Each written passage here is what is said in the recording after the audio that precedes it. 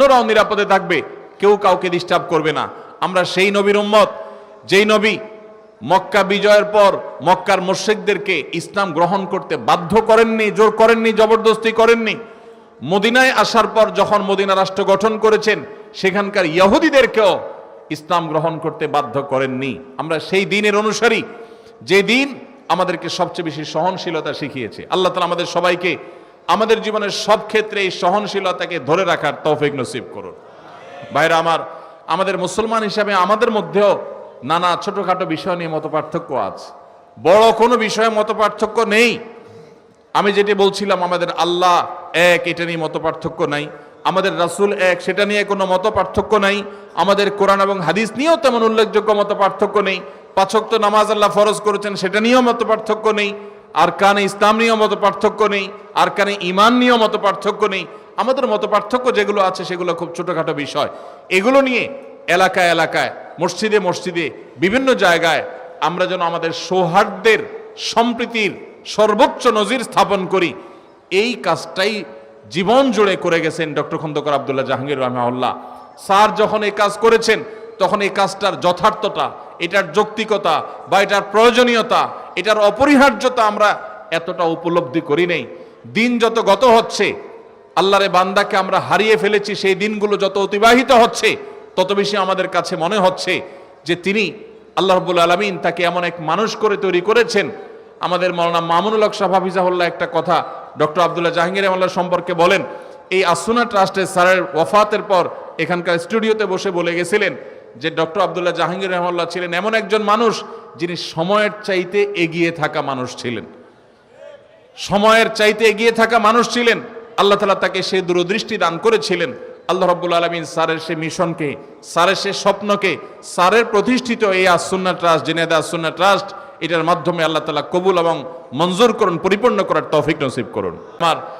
আমরা আজকের এই মাহফিল থেকে আমাদের ব্যক্তিগত জীবনে, আমাদের দ্বীনি জীবনে, এমনকি আমাদের সামাজিক জীবনে অন্য ধর্মাবলম্বীদের মানুষদের সাথেও আমরা সবর, সহনশীলতা এবং ধৈর্যের পরিচয় দেব, চেষ্টা করব তো ইনশাআল্লাহ। ভাইরা আমার, আমরা যখন আমাদের নিজেদের মধ্যে মসজিদের অভ্যন্তরে ভিন্ন মতের কোনো মানুষ দেখব, ডক্টর খন্দকার আব্দুল্লাহ জাহাঙ্গীর রাহিমাহুল্লাহ সেই ঐতিহাসিক বক্তব্য আপনাদের নিশ্চয়ই অনেকেরই শোনা আছে। স্যার বলেছিলেন যে আপনার পাশে কোনো হারাম ভক্ষণকারী ব্যক্তি, ধূমপানকারী ব্যক্তি, কোনো হারামে লিপ্ত ব্যক্তি আপনার পাশে দাঁড়িয়ে মসজিদে নামাজ পড়তে পারে, তাহলে আপনার ভিন্ন মতের মুসলমান ভাই, যার সাথে আপনার মৌলিক সব বিষয়ে এক ঐক্যমত রয়েছে, কিছু কিছু বিষয় মত পার্থক্য রয়েছে, এরকম কোর এবং বড় বড় কবিরা গুনাহ বিষয় মত পার্থক্য নেই, সে ভাইটি আপনার পাশে দাঁড়াতে অসুবিধা কেন? স্যার আরেকটা এক্সাম্পল আপনাদের মনে পড়ে, তিনি বলতেন যে আমরা যখন মসজিদে নামাজে দাঁড়াই, জামাত ইসলামের ভাই, চরমনাই পীর সাহেবের মুরিদ ভাই, ফুরপুরা পীর সাহেবের মুরিদ ভাই, আহলে হাদিস ভাই, হানাফি ভাই, বিভিন্ন মতের মানুষ যখন আমরা পাশাপাশি কাঁধে কাঁধ মিলিয়ে দাঁড়াই, আমাদের ভিন্ন ভিন্ন চিন্তা সত্ত্বেও আমরা নামাজের কাতারে ভিন্ন কাতার করি না, আমরা কাঁধে কাঁধ মিলিয়ে দাঁড়াই, তাহলে নামাজের বাহির হয়ে, মসজিদ থেকে বের হয়ে কেন আমরা একে অন্যকে শত্রু মনে করি? আমরা অবশ্যই, আমি যেটাকে আল্লাহ তাআলা আমাকে যে আকলে সালিম দিয়েছেন, এটা দিয়ে আমি কোরআন এবং হাদিসের কষ্টি পাথরে হককে আমি খুঁজে বের করব, সত্যকে আমি অনুসন্ধান করব, সত্যের উপর আমি পরিচালিত হব, এতে কোনো সন্দেহ নেই। কিন্তু কোন অবস্থাতেই একজন মুসলমান তিনি তার নিজের সত্য অবস্থানকে টিকিয়ে রাখতে গিয়ে তার অন্য মুসলমান ভাইকে আঘাত করা, তাকে দুর্নাম করা, তাকে বাজে ট্যাগ দেওয়া, তাকে নিয়ে তুচ্ছ তাচ্ছিল্য করা, তাকে অপমান করা এবং মুসলমানদের মধ্যে বিভেদ সৃষ্টি হওয়ার মতো কাজ করা মুসলমানের জন্য কখনো জায়েজ নাই। আল্লাহ রাব্বুল আলামিন কোরআনে কারিমে আমাদেরকে নির্দেশ করেছেন, ওয়াতাসিমু বিহাবলিল্লাহি জামিআ, তোমরা আল্লাহর রশি সবাই আঁকড়ে ধরো আল্লাহর রজ্জুকে, ওয়ালা তাফাররাকু, তোমরা বিভক্ত হয়ে যেও না। আজ আমাদের ঐক্যবদ্ধ হওয়া বড় বেশি প্রয়োজন। আমরা মুসলমানরা আজ বিভক্ত থাকার কারণে আজ এক শ্রেণীর মিডিয়া আমাদেরকে নিয়ে খোঁচাখুচি করে, আমাদেরকে আঘাত করে, আমাদেরকে নানাভাবে বদনাম করার চেষ্টা করে। আমরা যদি সবাই ঐক্যবদ্ধ থাকি, আমরা যে বিষয়গুলোতে মতপার্থক্য আমাদের আছে সেগুলো থাকুক, সেগুলো থাকা সত্ত্বেও বৃহত্তর ইসলামের স্বার্থে, দ্বীনের স্বার্থে আল্লাহ এবং তার রাসূল সাল্লাল্লাহু আলাইহি সাল্লামের স্বার্থে আমরা যদি কাঁধে কাঁধ মিলে, আপনার কাজে আমি, আমার কাজে আপনি যদি সহযোগিতা করি, একে অন্যের প্রতি যদি সহযোগী হই, সহমর্মী হই, একযোগে কাজ করি, তাহলে মনে রাখবেন ইসলাম এবং মুসলমানদের চিহ্নিত দুশমনদের যে সংখ্যা, সেটা এদেশে খুবই নগণ্য। এই মানুষগুলো কখনো আমাদের মাথার উপরে ছড়ি ঘুরাতে পারবে। আজ 50 বছর যাবৎ একটি কালচার আমাদের দেশে চলে আসছে, সেটি হলো হাতে গোনা যাবে এরকম কিছু মানুষ এদেশের ধর্মপ্রাণ মানুষদের উপরে তাদের শাসনের নামে শোষণ চালিয়ে যাচ্ছে। তারাই ন্যারেটিভ দাঁড় করায়, তারাই বিভিন্ন ব্যাখ্যা দাঁড় করায়, বিভিন্ন বয়ান হাজির করে। তারা আমাদেরকে এক এক সময় এক এক ট্যাগ লাগিয়ে নানা সময় কোণঠাসা করে রাখে। কখনো জঙ্গি বলে গালি দেয়, কখনো উগ্রবাদী বলে গালি দেয়, কখনো রাজাকার বলে গালি দেয়। আমাদের বিরুদ্ধে বিভিন্ন ন্যারেটিভ দাঁড় করিয়ে ইসলাম এবং মুসলমানদেরকে কোণঠাসা করার চেষ্টা করে। আমি একটা কথা প্রায় সময় বলি, যারা আমাদের রাষ্ট্র থেকে ইসলামকে সম্ভব হলে জাদুঘরে ঢুকায় ফেলতে চান, তারা 50 বছর যাবৎ সেই কাজ করেছেন, তাতে দেশ পাতাল থেকে আকাশে উঠে যায় নাই। আমরা দেখেছি আমাদের বন্ধুপ্রতিম দেশ মালয়েশিয়াতে তাদের সংবিধানে তারা ইসলামকে ধারণ করেছে, তাদের প্রত্যেকটা ক্ষেত্রে তারা ইসলামকে ধারণ করেছে। তাদের রাষ্ট্রের প্রত্যেকটা এলিমেন্টের মধ্যে ইসলামের কণা আপনি খুঁজে পাবেন, খাঁজে বাজে ইসলাম খুঁজে পাবেন। তারা আমাদের চাইতে এগিয়ে আছে না পিছিয়ে আছে? তাদের কাছে কর্মী হয়ে যাওয়ার জন্য আমরা সিরিয়াল দিয়ে বসে থাকতে হয়। আজ ধর্মকে দূর দূর করা মানুষগুলো 50 বছরে আমাদেরকে তাদের লেভেলে নিয়ে যেতে পারে নাই। এই দেশে বহু আগের জরিপ অনুযায়ী 3 লক্ষের বেশি মসজিদ ছিল, এখন সেটা হয়তো 4 লক্ষে পৌঁছেছে। 4 লক্ষ মসজিদের কমপক্ষে ইমাম এবং মুয়াজ্জিন মিলিয়ে 8 লক্ষ মানুষ, যারা সমাজকে নেতৃত্ব দেয়, লিড করে। জুমার দিন রাত পোহালে জুমার নামাজ, কয়েক ঘন্টা পরে জুমার নামাজের আজান হবে দুপুরে। এই জুমার দিন রাত পোহালে যে জুমার দিন, সেই জুমার দিনে জুমার নামাজে 12:30 থেকে 1:30 পর্যন্ত 4 লক্ষ মসজিদে, এক একটা মসজিদে যদি গড়ে 150 করে মানুষ নামাজ পড়তে আসে এভারেজে, শহরে বেশি থাকে গ্রামে কম থাকে, সব মিলিয়ে যদি আমরা গড়ে 150 করে মুসল্লি ধরি এক একটা মসজিদে, 4 লক্ষকে 150 দিয়ে গুণ দিলে 6 কোটি হয়। 6 কোটি মানুষ 12:30 থেকে 1:30 এই টাইমে, পুরো সপ্তাহের সবচাইতে ফ্রেশ টাইমটা, যে টাইমটাতে সারা সপ্তাহের সেরা ঘুমটা শুক্রবার সকালে দিয়া, স্কুল নাই, মাদ্রাসা নাই, ব্যবসা বাণিজ্য নাই, অফিস আদালত নাই, সারা সপ্তাহের সবচেয়ে সেরা ঘুমটা দিয়া, এরপরে সবচেয়ে ভালো ফ্রেশ করে গোসলটা করে, মনে করে জামা পরে, সুগন্ধি ব্যবহার করে, তাদের সারা সপ্তাহের সবচেয়ে সোনালী সময়টা, সবচেয়ে রিফ্রেশড যে সময়টাতে আছেন, সেই সময়টাতে তারা মিম্বরে ইমাম সাহেবদের মুখের দিকে, খতিব সাহেবদের মুখের দিকে তাকিয়ে থাকেন। বাংলাদেশের সমস্ত টেলিভিশন চ্যানেল, সমস্ত মিডিয়া, সমস্ত রেডিও চ্যানেল একযোগে যত দর্শক, যত শ্রোতা দেখে বা শুনে, শুধু মসজিদের মিম্বর থেকে জুমার দিনে 12:30 থেকে 1:30 এই সময় 6 কোটি মানুষ যে দেখে, সবগুলো মিডিয়া মিলেও কখনো সারা সপ্তাহে এত বেশি সংখ্যক মানুষ তারা মিডিয়াগুলো দেখে না, বা মিডিয়াগুলো তাদেরকে রিচ করতে পারে না। এই যে বিপুল জনগোষ্ঠীকে প্রতি সপ্তাহে একদিন 1 ঘন্টা ইমাম খতিবরা অ্যাড্রেস করতে পারেন, এই ইমাম খতিবদেরকে যদি রাষ্ট্র ওন করে, তাদেরকে যদি রাষ্ট্র টেনে আনে, এবং রাষ্ট্র যদি তাদেরকে অ্যাক্সেস দেয়, তাদেরকে যদি রাষ্ট্র গঠনে মৌলিক ভূমিকা পালন করবার সুযোগ দেয়, তাহলে ধর্মপ্রাণ মুসলমানদের এই দেশ স্বর্ণ হতে বেশি দেরি হবে না ইনশাআল্লাহ তাআলা। ওলামায়ে কেরামকে তাদের দায়িত্বটা যদি সঠিকভাবে পালন করতে দেওয়া হয়, এই দেশ থেকে দুর্নীতি জাদুঘরে চলে যাবে ইনশাআল্লাহ।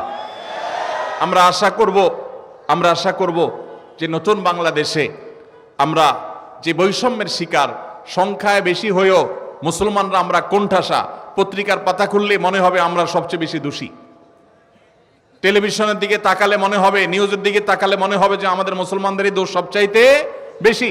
অথচ এই দেশে এই গত কিছুদিন আগে আপনারা দেখেছেন যে দুর্গা পূজার সময় এবং বিভিন্ন সময় 5ই আগস্টে আপনারা দেখেছেন শত শত হাজার হাজার মাদ্রাসার ছেলেরা মসজিদ থেকে, আমার মুসল্লি ভাইয়েরা, তারা বের হয়ে মন্দিরগুলো পর্যন্ত পাহারা দিয়েছেন। এত সহনশীলতা থাকা সত্ত্বেও আমাদেরকে যারা দুর্নাম করার চেষ্টা করে, এই শত্রুদের আমাদেরকে চিনে রাখতে হবে এবং এদের শত্রুতার ব্যাপারে আমাদেরকে সতর্ক থাকতে হবে। সীসা ঢালা প্রাচীরের মতো ঐক্য আমাদের মধ্যে গড়ে তুলতে হবে। আমাদের এই দেশকে কোনোভাবে আমরা দুর্নাম করার কোনো সুযোগ কাউকে দিতে চাই না। এজন্য আমরা ঐক্যবদ্ধ থাকবো ইনশাআল্লাহ। সবাই চেষ্টা করবো তো ইনশাআল্লাহ। আমরা মুসলমানরা আমাদের নিজেদের মত পার্থক্যগুলোকে মত বিরোধের পর্যায়ে নিয়ে যাব না, ঝগড়াঝাটি পর্যায়ে নিয়ে যাব না। আমরা সহনশীল থাকার চেষ্টা করব। ভাইরা আমার, মাসআলাগত বিষয়ে সাহাবা একরামের মধ্যেও ভিন্ন মত ছিল। মাসআলাগত বিষয়ে সাহাবা একরামের মধ্যে ইখতিলাফ ছিল, মতের ভিন্নতা ছিল, কিন্তু সেটা কখনো মতবিরোধের পর্যায়ে যায় নাই, সেটা কখনো দৃষ্টিকটু পর্যায়ে যায় নাই, সেটা কখনো আমাদের মতো গন্ডগোল ফাসাদ একজন আরেকজনকে ব্লেম করার মতো পর্যায়ে যায় নাই। আমরা সেই সাহাবীদের সন্তান। অতএব আমরা আমাদের মসজিদগুলোকে, আমাদের মাদ্রাসাগুলোকে, আমাদের দ্বীনি অঙ্গনগুলোকে সহনশীলতা দিয়ে সাজাবো, চেষ্টা করবো তো ইনশাআল্লাহ। আল্লাহ আমাদের সবাইকে সহনশীল থাকার তৌফিক দান করুন। আর আমাদের সবাইকে অন্য ধর্মাবলম্বীদের ব্যাপারে সহনশীল থাকতে হবে। আমাদের হিন্দু ভাইদেরকে আমি বলতে চাই, বৌদ্ধ এবং খ্রিস্টান ভাইদেরকে বলতে চাই, আপনাদেরকে যারা উস্কে দিচ্ছে, আপনাদেরকে যারা মায়া কান্না করে আপনাদেরকে নানাভাবে বিপদগামী করার চেষ্টা করছে, আপনাদেরকে মুখোমুখি দাঁড় করাচ্ছে মুসলমানদের, এরা আপনাদেরও শত্রু, আমাদেরও শত্রু। এরা এ দেশের শত্রু, এই মাটির শত্রু। এবং এরা কখনো আপনাদেরকে ধর্মীয় কারণে আপনাদের প্রতি সিম্পেথি দেখাচ্ছে না, এরা রাজনৈতিক কারণে আপনাদের প্রতি সিম্পেথি দেখাচ্ছে। অতএব আমাদের জায়গা থেকে আমাদের সতর্ক থাকতে হবে। কোনোভাবে আমাদের এদেশের সাম্প্রদায়িক সম্প্রীতির যে উজ্জ্বল অতীত আছে, ঐতিহ্য আছে, এই ঐতিহ্যকে কখনো কালিমা লেপন করতে দেওয়া। এদেশের হিন্দু, খ্রিস্টান, বৌদ্ধ তারা তাদের ধর্মীয় কাজ পালন করবে, সেখানে কেউ কোনো নামধারী মুসলমানও কেউ সেখানে বাজাইতে যাবে না, যদিও মুসলমানরা যায় না। আল্লাহ তাআলা আমাদের সবাইকে, আমাদের প্রত্যেকের যার যার জায়গা থেকে দায়িত্বশীলতার পরিচয় দেওয়ার তৌফিক দান করুন। আজ জাতীয় ঐক্যের যে ডাক দেয়া হচ্ছে, এই ডাক শুনে বারবার কেন ডক্টর খন্দকার আব্দুল্লাহ জাহাঙ্গীর রহমাহুল্লাহর কথা মনে পড়ে? কারণ স্যার রহিমাহুল্লাহ সেই মানুষ ছিলেন যেই মানুষ এদেশের মুসলমানদের মধ্যে যে ছোটখাটো বিভক্তি বা অনৈক্য আছে সেগুলো দূর করার জন্য রাত দিন সারাক্ষণ তিনি পরিশ্রম করে গেছেন। তিনি এদেশের প্রমিনেন্ট ওলামায়ে কেরামদেরকে বিভিন্ন সময় একত্র করেছেন এবং তাদের মধ্যকার দূরত্ব কিভাবে কমানো যায় তার জন্য তিনি সচেষ্ট ছিলেন এবং তিনি চেষ্টা করেছেন। আল্লাহ রাব্বুল আলামিন স্যারের এই কবরকে নূরে নূরান্বিত করে দিন এবং স্যারের এই প্রতিষ্ঠানকে আল্লাহ রাব্বুল আলামিন ভরপুর কামিয়াব এবং কবুল করবেন, আমিন। ভাইরা আমার, রাত অনেক হয়েছে, আমি খুব বেশি কথা বলবো না, আগেই বলেছি। আপনাদের কিছু প্রশ্ন আছে এবং আমার কিছু আরজি আছে। আমি শুধুমাত্র আমার এই সংক্ষিপ্ত কয়েক মিনিটের বক্তব্যে যে আরজিটা আপনাদের কাছে রাখতে চাই সেটা হলো, আমাদেরকে সবর এবং ধৈর্যের পরীক্ষা উত্তীর্ণ হইতে হবে। ধর্মীয় কারণেও যদি আপনি ধৈর্য হারা হয়ে যান, সওয়াবের পরিবর্তে গুনাহগার আপনি হবেন। আর যদি আপনি ধৈর্য ধারণ করতে পারেন, নিজেকে সংবরণ করতে পারেন, সহনশীল হইতে পারেন, তো মনে রাখবেন আল্লাহ রাব্বুল আলামিন কোরআনে কারিমে বলেছেন, ইন্নামা ইউওয়াফাস সাবিরুনা আজরাহুম বিগাইরি হিসাব। যারা ধৈর্যশীল তাদের হিসেব ছাড়া আল্লাহ রাব্বুল আলামিন বিনিময় দিবেন। কি ছাড়া বিনিময় দিবেন? হিসেব ছাড়া বিনিময় দিবেন। আল্লাহ রাব্বুল আলামিন আমাদের সবাইকে ধৈর্যের সর্বোচ্চ পরাকাষ্ঠা প্রদর্শন করার তৌফিক দান করুন। সবাই চেষ্টা করবো তো ইনশাআল্লাহ। ভাইরা আমার, ডক্টর খন্দকার আব্দুল্লাহ জাহাঙ্গীর রহমাহুল্লাহর এই যে প্রতিষ্ঠান আস-সুন্নাহ ট্রাস্ট ঝিনাইদহ, এই ঝিনাইদহে যে সমস্ত বিভাগগুলো এখনো পর্যন্ত পরিচালিত হয় অনেকে জানেন না। আমি আস্তে আস্তে আমার বড় ভাই আদ-দ্বীনের কর্ণধার এবং আকিজ পরিবারের অন্যতম সদস্য, বরং আকিজ পরিবারের গুরুত্বপূর্ণ ব্যক্তিত্ব তথা চেয়ারম্যান, তাকে বলছিলাম আস্তে আস্তে যে এখানকার যে নুরানি বিভাগ আছে, এই বিভাগটাতে আমার বেশ কয়েকবার ঘুরে ঘুরে দেখার সুযোগ হয়েছে। বাংলাদেশে কয়েকটা নুরানি বিভাগকে যদি মডেল ধরা যায় তো ডক্টর খন্দকার আব্দুল্লাহ জাহাঙ্গীর রহমাহুল্লাহ প্রতিষ্ঠিত আস-সুন্নাহ ট্রাস্টের নুরানি মডেল তার মধ্যে থেকে একটা। এবং এইটা কিভাবে এত উন্নত করেছেন ভাইরা, সেটা ওনারা ভালো জানেন, আল্লাহ তাআলা ভালো জানেন। কিন্তু আমি দেখি অভিভূত সোজা কথা, ঝিনাইদহের মানুষ যারা এখানে থাকেন, যাদের বাচ্চাদেরকে এখানে নুরানিতে পড়ানোর সুযোগ পেয়েছেন, তারা আমি মনে করি যে সৌভাগ্যবান। আমি অবশ্য ডে টু ডে কি হয় সেটা তো আর জানি না, আমি যখন এসেছি তখনকার কথা বলেছি। এখানে নুরানি বিভাগের শিক্ষার্থী প্লেতে 157 জন, শিশু শ্রেণীতে 191 জন, প্রথম শ্রেণীতে 177 জন, দ্বিতীয়তে 123 জন এবং তৃতীয়তে 59 জন, মোট 707 জন শুধুমাত্র নুরানির বিভাগের শিক্ষার্থী। একটা নুরানি বিভাগে 700-র বেশি শিক্ষার্থী হওয়া, এটাও আমার মনে হয় বাংলাদেশে খুব বেশি প্রতিষ্ঠানে নাই। এটা একটা অনন্য দৃষ্টান্ত এবং এখানকার নুরানির শিক্ষক এবং নুরানি যারা পরিচালনা করছেন তাদের যে ঐকান্তিক প্রচেষ্টা আছে তার একটা দৃষ্টান্ত এটি। 14 জন শিক্ষক শুধু নুরানি ডিপার্টমেন্টে, মাশাআল্লাহ। এর পাশাপাশি এখানে হিফজ বিভাগ আছে। হিফজ বিভাগে সর্বসাকুল্যের ছাত্রছাত্রী হলো 191 জন এবং শিক্ষক শিক্ষিকা হলেন 11 জন। এখানে একটা উন্নত কিতাব বিভাগ আছে, আলেম তৈরির কারখানা আছে। ডক্টর খন্দকার আব্দুল্লাহ জাহাঙ্গীর রহমাল্লাহকে আমি একবার বলেছিলাম ঢাকায়, বলেছিলাম স্যার আপনি জিনেদা পড়ে থাকেন কেন? ঢাকা থাকলে কত কাজ করা যায়, ঢাকায় মিডিয়া সেমিনার বড় বড় জাতীয় পর্যায়ে কাজগুলো করা যায়, আপনি মফস্বল জেলায় পড়ে আছেন কেন? আমরা মনে করি রাজধানী কেন্দ্রিক কাজ করতে পারলে অনেক ভালো হয়। তো স্যার আমাকে তখন বলেছিলেন, আমার মনে আছে, তিনি বলেছিলেন যে বাবা সবাই তো ঢাকায় আসে, ঢাকা থেকে তো অনেক কাজই করা যায়, আমি নেড়ার ফকিরের এই এলাকাতে কিছু আলেম তৈরি করতে চাই। এই মাদ্রাসার বীজ যখন তিনি বপন করে গেছেন, তার সেই মাদ্রাসা থেকে দাওরা হাদিস পড়ুয়া ছেলেদেরকে দেখার সুযোগ স্যার পান নাই, কিন্তু আজ সেখান থেকে আলহামদুলিল্লাহ দাওরা হাদিস পাশ করছে ছেলেরা।